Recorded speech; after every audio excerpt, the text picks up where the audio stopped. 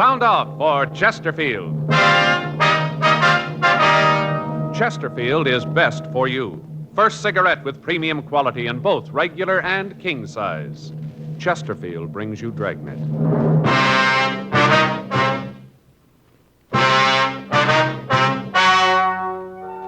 Ladies and gentlemen, the story you are about to hear is true. The names have been changed to protect the innocent.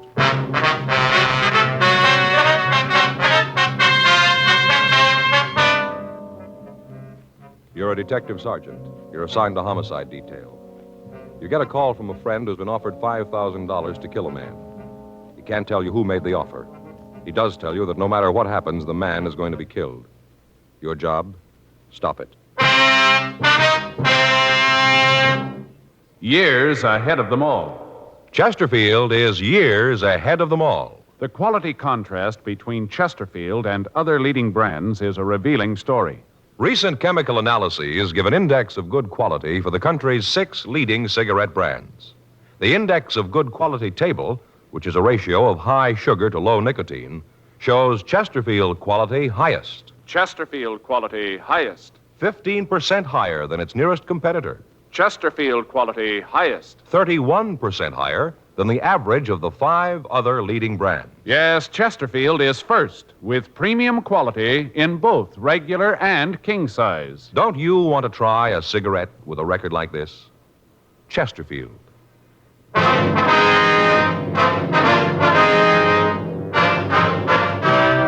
Dragnet, the documented drama of an actual crime. For the next 30 minutes, in cooperation with the Los Angeles Police Department, you will travel step by step on the side of the law through an actual case transcribed from official police files. From beginning to end, from crime to punishment, Dragnet is the story of your police force in action. It was Monday, February 9th. It was cold in Los Angeles. We were working the day watch out of homicide detail. My partner's Frank Smith. The boss is Captain Lorman. My name's Friday. I was on my way into the office, and it was 7:45 a.m. when I got to room 42. Homicide. That you, Joe? Yeah. You're in early, aren't you? Yeah, I couldn't sleep last night. Dropped off about 3 this morning, then woke up at 5, couldn't get back to sleep. I got up, made some coffee, and decided to come on in the office. Yeah, I had a little trouble last night, too. You did? I mean, yeah. What's your trouble? I don't know. I got up late yesterday morning. I guess that was it. I'll get it. All right. Homicide, Friday. Yeah. Mm-hmm. Yeah, I remember. Johnny. Yeah. Mm-hmm. When'd you get the letter? Yeah, we'll be right over. Right. Bye. You remember that bartender over in that place on 6th Street, fellow named Johnny? Yeah, is that him on the phone? Yeah, says he's got an offer to make himself a fast $5,000. What for? Somebody wants him to kill a man.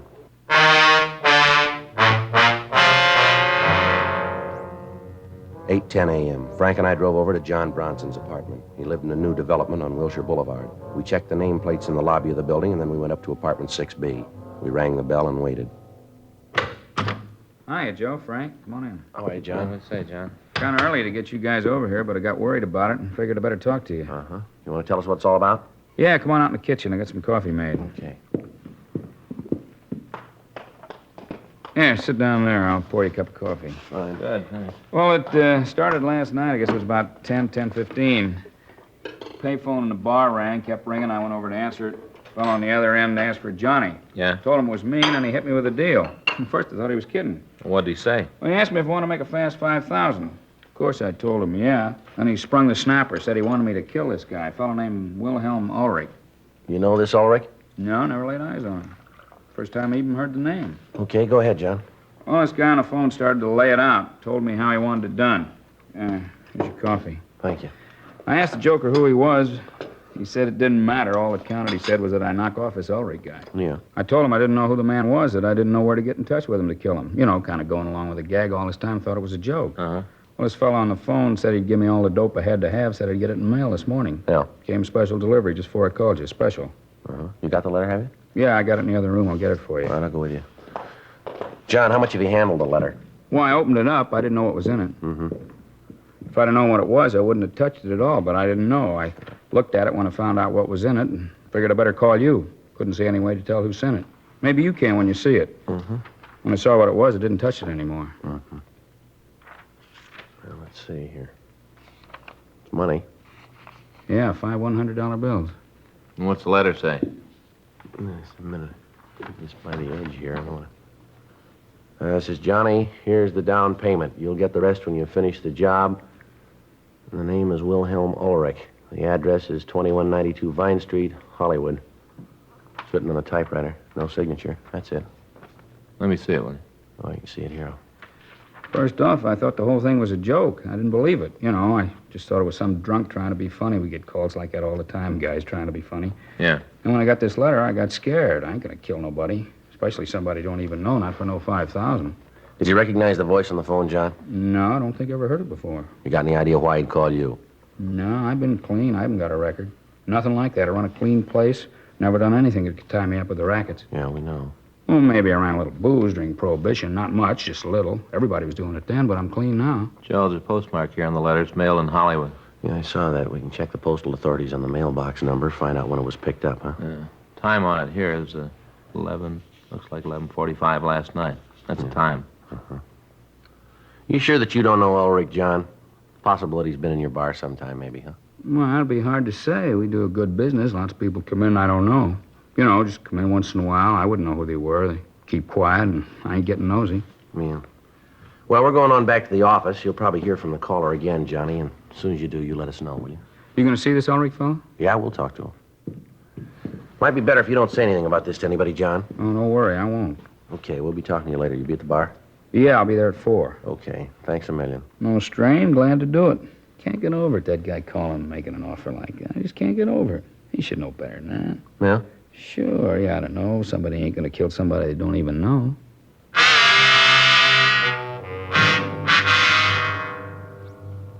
We drove back to the city hall and turned the letter over to the crime lab to see if they could find any physical evidence to help us identify the writer.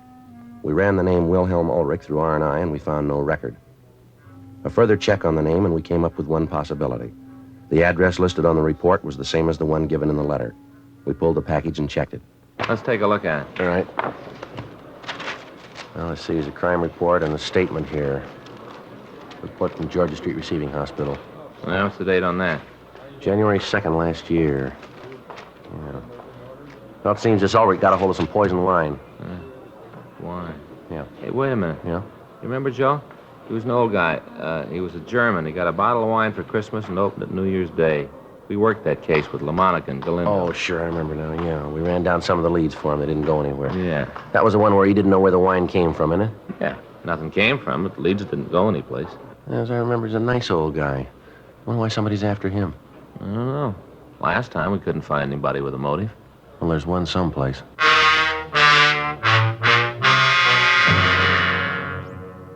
We'd helped investigate an attempted poisoning of Wilhelm Ulrich over a year ago. Somebody'd sent him a bottle of imported wine. Ulrich had opened the wine for dinner on New Year's and had drunk some of it. A short time later, he was seized with violent stomach cramps. He was rushed to Georgia Street Receiving Hospital for treatment. He was then transferred to the county hospital for further treatment. Examination of the remaining wine showed that it had been dosed with a quantity of poison. Fortunately, Ulrich didn't drink much of the poisoned wine, and he recovered. Detectives Joe LaMonica and Danny Galindo had handled most of the investigation. We'd helped them briefly in checking out some of the leads that they'd gotten. We checked with them again on the case. From the crime report, we got a list of the people that the two officers had interviewed. We checked with them, and they gave us as much personal information as they could. 1:15 p.m. We drove out to see Wilhelm Ulrich. We found him in the yard digging in a rose bed. No, I can't understand it. I never quite believed that about the wine, sir. Well, why do you say that, Ulrich? Well, I found it hard to believe in my heart that anyone would want to do me harm. I have no enemies. No one that hates me enough to want to kill me, I'm sure of that. Well, I'm afraid you could be wrong about that, Ulrich. The officer said that before. Somehow, though, I just can't believe it. I've nothing anyone would want to kill me for. All of the people I know are my friends. We all get along. Yes, sir. Look at that. Isn't that a beautiful rose? Such loveliness. Mm-hmm. No? I'm sorry, officers. You're mistaken about this. I wonder if we could talk to you in the house, sir. Yes, that might be better. I could make you a cup of hot tea if you'd like. No, sir, thanks, just the same. Have you officers had lunch yet? Yes, sir, thank you. Oh, thought maybe you'd like a sandwich. Just got some liverwursts from a little place downtown. German, excellent food. Mm-hmm. Here, I'll get the door. Just sit down any place. I have to get the dirt off my shoes. Martha would be very angry if I tracked dirt around. Marta, that's your daughter, isn't it? Yes. She comes over every couple of days and straightens up the house for me. Wonderful girl, Martha. I don't know what I'd do without her. Yes, sir. Now, there's a couple of things we'd like to ask you. Certainly. Anything I can do to help. Well, we'd like to go over the information on the report here. Is that from the last time? The time of the wine? Yes, sir, that's right. All right. You just ask anything you want. I've got nothing to hide. All right, sir. We checked the crime report you filled out last year. Now, has anything changed in your family since then? No. You gentlemen still working on that? Well, yes, sir. We have another matter to discuss here. Oh, there's one thing that has changed. What's that, sir? The part here about me running the business. Mm-hmm. That's changed. I still run it in a way. I still supervise it, but Robert, he actually runs it. Oh, Robert. You mean this name here, Robert Davis? Yes, he's my son-in-law, Martha's husband. He takes care of the business now. He's a good boy. Martha's lucky to have him. How long has your son-in-law been running the business, Mr. Ulrich? Well, let me see. It's been about 8, 9 months. He took over right after I got out of the hospital. He's done wonders with it, wonders. How's that, sir? Modernized it, changed it all around. Had one of those efficiency experts come in and study the people. Time and motion men, I think they call them. Mm-hmm. They come in with a stopwatch and look at the people doing the work and figure out how long it should take them to do a certain job, and then they plan how the job can be done faster and cheaper. Wonderful thing, big changes. Yes, sir. I don't want you to take offense at this, Ulrich, but how are the relations between you and your son-in-law? I don't think I understand. Well, you get along. Do you have any quarrels, disagreements? Oh, no, Robert and I never disagree. I found out that it didn't pay to argue with him. Sir? I found out that it didn't pay. He was always right. Uh-huh. Yes, you see, we had a few arguments when he took over the business about this time and motion study thing. I see. You want to tell us about these arguments? They weren't anything serious. I didn't think that it was a good idea to change. I couldn't see any reason for it. Everything was going good. The business was making money. Everybody seemed to be happy. I didn't want to take a chance disturbing a good thing. You know, the golden goose. Mm-hmm. You want to go ahead, please? Well, Robert said that we were behind the times, that if we didn't do something about it, we wouldn't be able to compete with other people. We manufacture women's dresses, you know. Yes, sir. I saw that on the report. I finally told him to go ahead. I thought that he'd fail. He didn't. Now we compete. More dresses, more money. The employees are happy. They have music, coffee times. They like it. But it's all changed. I don't go down there anymore. I don't care much for it. It's changed. So I just stay home and work in the garden. It's Robert's factory now. Uh-huh. You and Robert haven't had any other disagreements, have you? Oh, no. He's a fine young man, running the business very well. He's a good boy. I'm lucky to have him. Well, how about your competitors, Mr. Ulrich? How do they feel about this change in the way you operate your business? They resent it? Oh, no, I haven't really got any competitors. The big manufacturers don't care. I don't make enough dresses to bother them, and the other little men are in the same boat with me. They're too busy running the factories to worry about me. Mm-hmm. Now, can you think of anybody who might want to do a thing like this? How about that phone call? I told you before, I can't. I find it very hard to believe. Well, we'll have to talk to the people that you know, the people around you. We'd appreciate it if you didn't tell anybody what we were after. If you want it that way, it's so hard to believe. I still think you're wrong. Looks like it's going to rain. Be good for the flowers. It's been dry up in the valley. Farmers need the rain. Yes, sir. Now, you'll go along with us on this thing, will you? Not tell anybody about it? Sure, I'll help. It's all right if I tell my daughter and son-in-law about it, isn't it? Well, it'd be better if you didn't say anything to him or your daughter, not to anybody. But they're going to see you here. They're going to ask questions. They're not stupid. Yes, sir. You could tell them that we were asking about somebody that you employ. How'll that be? What do I say if Robert asks what it's about? I have no secrets from him. Well, tell them we ask you not to tell anybody about it. Tell them it's police business. Happens all the time. I suppose I could do that, but I don't like it. I don't like it at all. It's lying. Yes, sir. That may be true, but it's the best way. Oh, I guess it's a small lie. I can tell myself that. It's a small lie. Well, we'll have some policemen come out and watch Mr. Ulrich until we find the person who's doing this. Do you have to do that? Yes, sir. I'm afraid so. Well, no, I don't like that at all. Even worse than the lying. No, I don't like it at all. Mr. Ulrich, I wonder if you really understand that when we ask you not to tell anybody about this, when we want to keep you under surveillance, it's just for your protection. But if what you say is true, if somebody really does want to kill me, if somebody hates me that much, Yes, sir. can you stop them?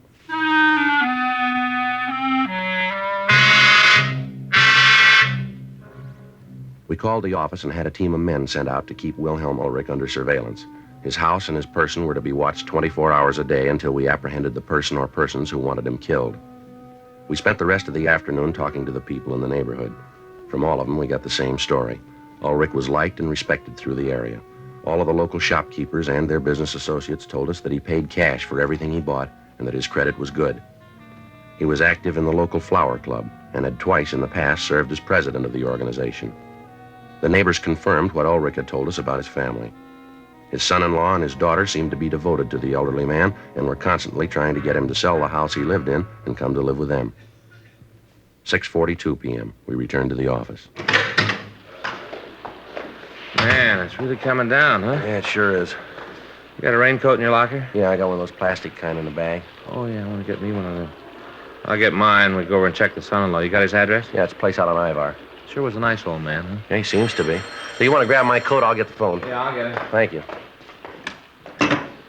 Homicide Friday. Yeah. Uh-huh. Yeah, John. When? Yeah. No, we'll be right over. Right away. You bet. Frank. Yeah? Call from the bartender, Johnny. Yeah? Says he just got another phone call. Person told him that he'd gotten the down payment for the job and he wanted to know why Ulrich hadn't been killed. Yeah. Guy said if Johnny didn't get on it, the money wouldn't do him any good. Told him to make up his own mind. Uh-huh. Either he makes good on the job or they'll kill him.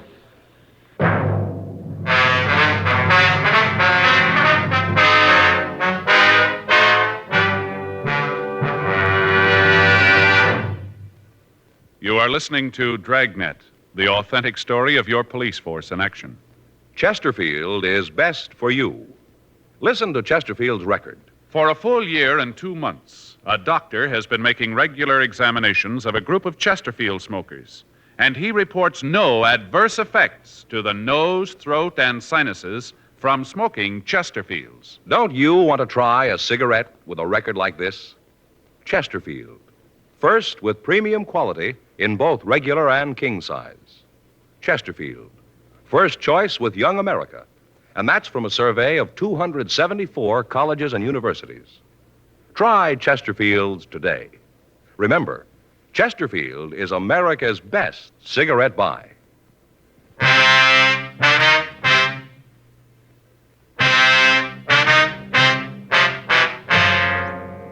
7:10 p.m. We got to the bar on 6th Street. There were only a couple of people in the place. The bartender, Johnny, told us of the phone call that he'd received. He said that the person on the phone had told him that if he didn't hurry up and kill Ulrich, Johnny himself would be taken care of. We called Lee Jones at the crime lab to ask him if he'd been able to come up with anything on the letter. He told us that there was no way of tracing it. Fingerprints found on the letter were those of the bartender. Photographs were taken of the letter, and along with the money, it was booked for further evidence. We'd gotten in touch with the postal authorities, and they said that they'd give us assistance.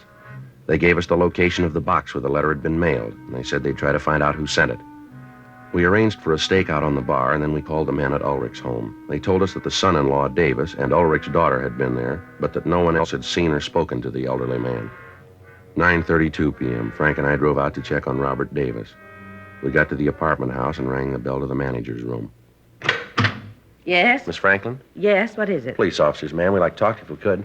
Oh, well, I suppose it's all right. Come on in. Thank you very much. Thank you very much, man.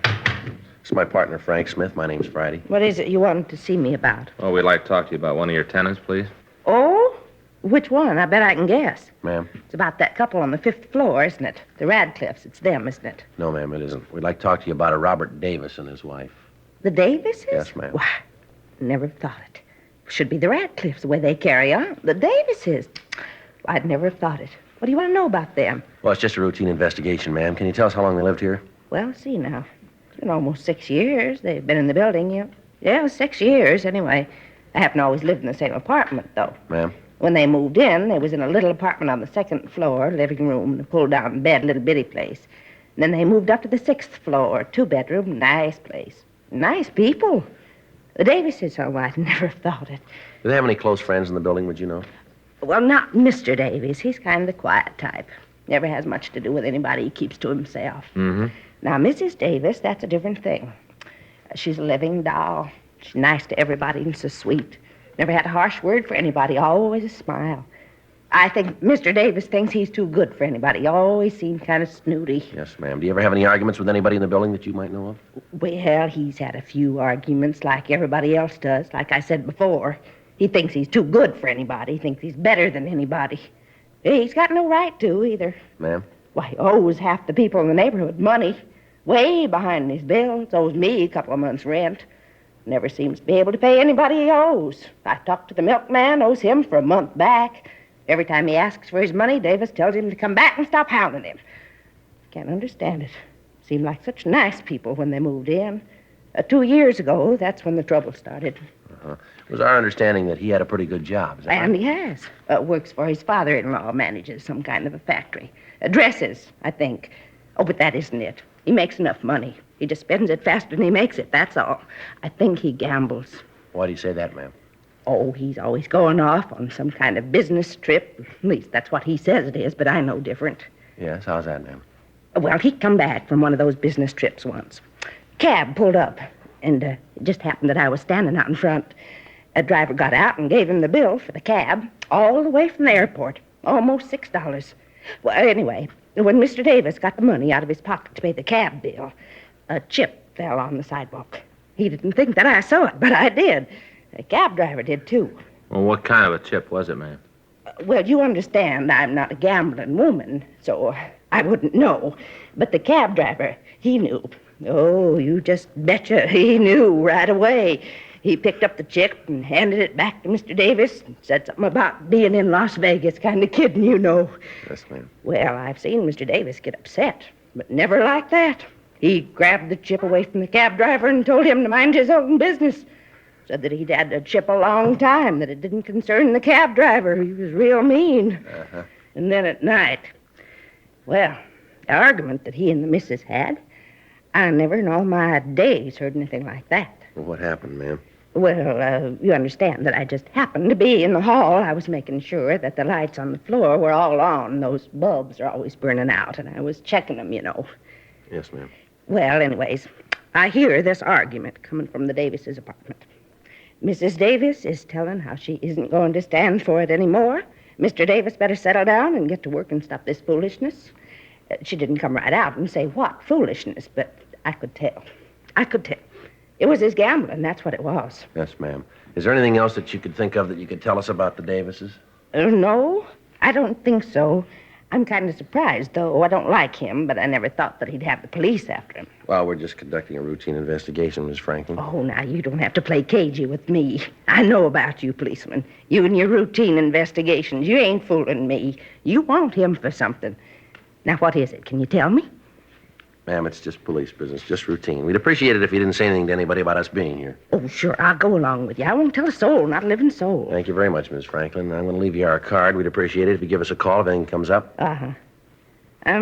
Michigan 5211, is that right? Yes, ma'am. You just ask for the homicide division. It's written down All there. right, See? you just bet I will. Now, I'd be glad to help. I'm just glad to. All right, fine. One thing, though. Yes, ma'am? Are you sure there ain't nothing that you want those people on the 5th floor for? The Radcliffes?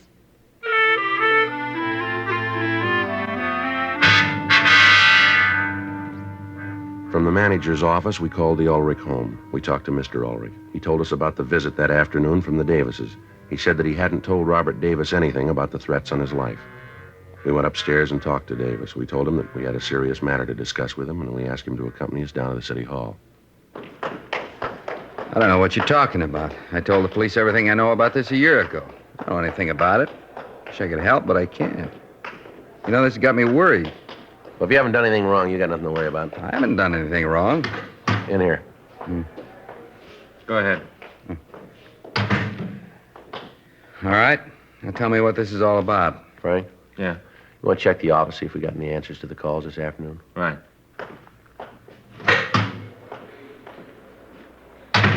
You got a cigarette? Yeah. Help yourself. Well, let's get to it, huh? I gotta get home and get some sleep. I got a rough day tomorrow. This won't take very long. How do you get along with your father-in-law? All right, why? Like to know? Well, I don't see how that concerns you, but you ask, so I'll tell you. We get along fine, me and the old man. We get along just great. Does that make you happy? That's not the point. Anything? No, nothing new. You go over to Las Vegas much, Davis? Not much. Why? How often would you say you went over there? Maybe a couple times a year, not any more than that. When was the last time? What's so important about when I was in Vegas last? You guys spent a little more time finding out who's trying to kill my father-in-law, less time asking questions that don't make any sense. You'd be doing a better job. What can you tell us about somebody trying to kill your father-in-law? All I know is what he told me this afternoon. What did he tell you? Not much. Said something about a bartender, something about a phone call. Did he tell you who the bartender was? No, just that it was someplace over on 6th. All right, Davis, come off it, huh? What do you mean, come off it? You want to tell us why you did it, or do you want us to tell you? Did what? I got nothing to tell you. I don't know what you guys are talking about. We talked to your father-in-law this morning. We told him that we'd gotten a report that his life had been threatened. We didn't tell him how it happened. We didn't tell him where our information came from, so he didn't know. All right, so maybe I got it someplace else. Oh, wait a minute. You couldn't have. We didn't talk to anybody else. Well, I heard it someplace. I don't remember, but I heard it. We checked around, found out you gamble quite a lot. You're a steady loser. You owe a lot of money in town, don't you? They're right. Yeah, that's right. Now, I think we can make you for the threat on Ulrich's life. I don't think we'll have any trouble at all. You had the motive, you had the opportunity. First thing in the morning, we'll check with the factory. We'll see if you made a withdrawal of $500. We make that, and you got big trouble. You figure you're going to be able to do that? We think so, yeah. We'll get your father-in-law down here and ask him what he told you this afternoon. Find out if he did tell you about that bartender, about the bar on 6th, about the phone call. You know, it doesn't look like there's going to be too much trouble making you for this. Save your time. What do you mean? You don't have to go through that thrash. I did it. I tried to have the old man knocked off. Were you the one who sent him the wine last year? Yeah, that's when it started. I started to gamble. Lost a lot of money. Couldn't pay it back. No way to pay it back. Guys I owed the money to were leaning on me. I had to pay them off. Had to. Yeah. I could only think of one way, get rid of the old man. Didn't you get a pretty good salary out of working for him? Yeah, pretty good, but it didn't go far, not far enough. I tried to win it back, make good on the losses I had. I couldn't do it. The more I gambled, the worse it got. I just couldn't do it. Wasn't any other way. No other way. I decided to kill the old man. It's the only way. Can't you see that? It's the only way I could get clear. Yeah. I figured if I could get rid of the old man, I'd have everything fixed. Everything would be okay. Guess it worked out all right anyway. What do you mean? Well, there's nothing in the book they can throw at me. He's still alive. I didn't kill him. Who got hurt? You did. Well, how do you figure? I didn't kill him. You're going to jail for trying.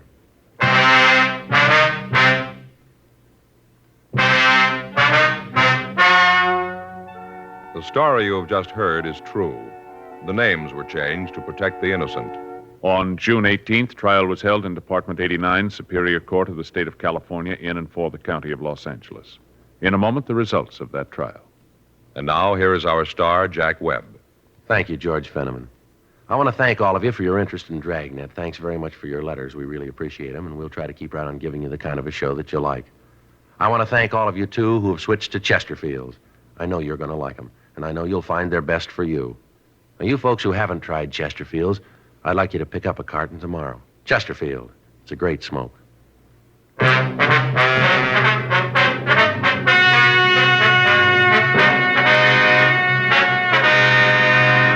Robert Walter Davis was tried and convicted of attempted homicide. He received sentence as prescribed by law. Attempted homicide is punishable by imprisonment in the state penitentiary for a period of not less than 20 years.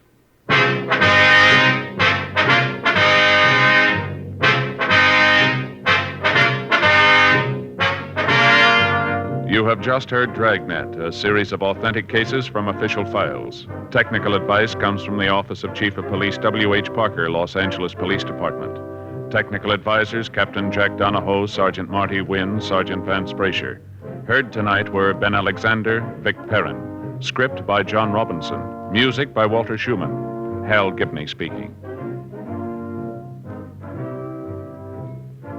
For a million laughs, tune in Chesterfield's Martin and Lewis show Tuesday on this same NBC station. And sound off for Chesterfields. Either regular or king size, you'll find premium quality Chesterfields much milder. Chesterfield is best for you. Chesterfield has brought you Dragnet, transcribed from Los Angeles.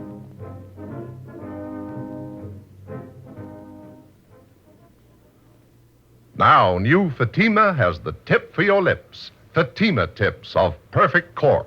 King size for natural filtering. Fatima quality for a much better flavor and aroma. So remember, new Fatima has the tip for your lips. Fatima. See how smooth they are. Remember, Fatima is made by the makers of Chesterfield, Liggett and Myers, one of tobacco's most respected names. Tonight, it's Adventure with Barry Craig on NBC.